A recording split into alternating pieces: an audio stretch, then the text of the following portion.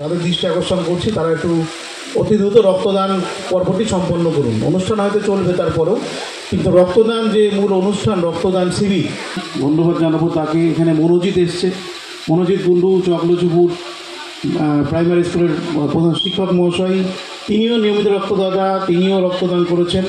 তো এইভাবে অনেক মানুষ সমবেত হচ্ছেন রক্তদান করার জন্যে। তাদেরকে দেখে এই গ্রামের অন্যান্য রক্তদাতাদের আমি আহ্বান জানাচ্ছি, তারা এগিয়ে আসুন, রক্তদান করুন, যাতে করে উল্লেখযোগ্য সংখ্যায় রক্ত এই শিবিরটি থেকে সংগ্রহ করা যায়।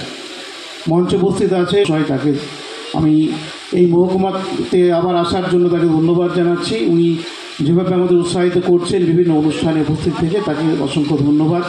এছাড়া বিভিন্ন অতিথিবর্গরা আছেন, শিক্ষক মহাশয়রা আছেন, দিশা ওয়েলফেয়ার সোসাইটির সদস্যবৃন্দরা আছেন, তাদের সবাইকে আমার তরফ থেকে ধন্যবাদ জানাচ্ছি। এভাবে প্রত্যেক বছর রক্তদান শিবির আয়োজন করার জন্য তাদের দৃষ্টি আকর্ষণ করছি, তারা একটু অতি দ্রুত রক্তদান পর্বটি সম্পন্ন করুন। অনুষ্ঠান হয়তো চলবে তারপরেও, কিন্তু রক্তদান যে মূল অনুষ্ঠান, রক্তদান শিবির, ধন্যবাদ জানাবো তাকে। এখানে মনোজিৎ এসছে, মনোজিৎ কুণ্ডু চকলচুপুর প্রাইমারি স্কুলের প্রধান শিক্ষক মহাশয়, তিনিও নিয়মিত রক্তদাতা, তিনিও রক্তদান করেছেন।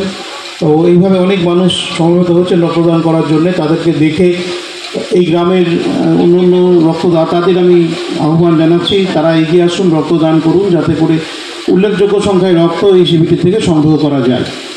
মঞ্চে উপস্থিত আছে তাকে আমি এই মহকুমাতে আবার আসার জন্য তাকে ধন্যবাদ জানাচ্ছি। উনি যেভাবে আমাদের উৎসাহিত করছেন বিভিন্ন অনুষ্ঠানে উপস্থিত থেকে, তাকে অসংখ্য ধন্যবাদ।